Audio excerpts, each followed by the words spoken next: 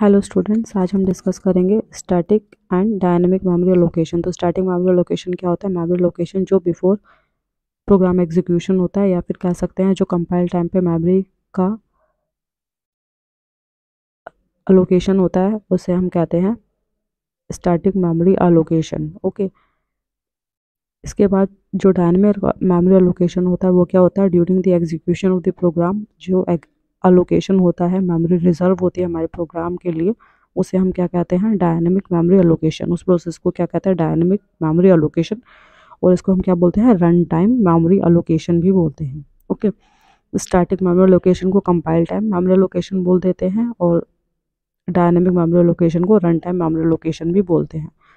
अब अगर आपको स्टैटिक मेमोरी एलोकेशन की बात करें तो इस मेमोरी को मैनेज करने के लिए हमारे पास स्टैक यूज़ होता है। ओके, अगर हम डायनेमिक मेमोरी एलोकेशन की बात करें तो इसके लिए आपके पास हीप डेटा स्ट्रक्चर का यूज़ होता है और to manage memory allocated through dynamic memory allocation। Okay, इसके बाद क्या होता है?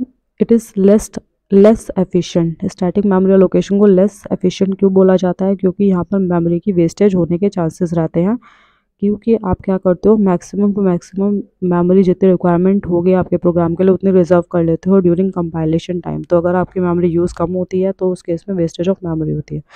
अगर आप बात करो डायनेमिक मेमोरी एलोकेशन की, तो इसमें आपकी मेमोरी जितनी आपको ज़रूरत होती है उतनी ही आप अलोकेट कराते हो रन टाइम पे, तो वेस्टेज के चांसेस कम होते हैं। ओके, अब यहाँ पर क्या है?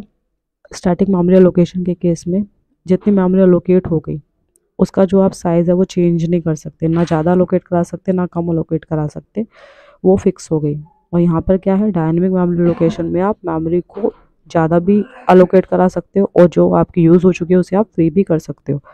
ओके, अब यहाँ पर क्या है?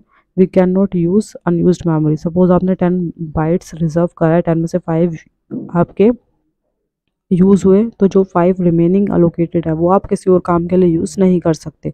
ठीक है, तो यहाँ पर क्या है? We can not reuse the unused memory, whereas in case of dynamic memory allocation यहाँ पर क्या है? यूज़र को जब चाहिए जब अलोकेट करा सकता है, और जब उसको यूज़ नहीं करनी मेमोरी को तब वो फ्री कर सकता है यूजिंग फ्री फंक्शन। ठीक है, तो आपका जो फ्लेक्सिबिलिटी है डायनेमिक मेमोरी एलोकेशन के केस में ज़्यादा मिलती है और मेमोरी यूसेज को लेके, और स्टैटिक मेमोरी एलोकेशन के केस में कम मिलती है। ठीक है, तो ये है आपके differences between static and dynamic memory allocation. Thank you.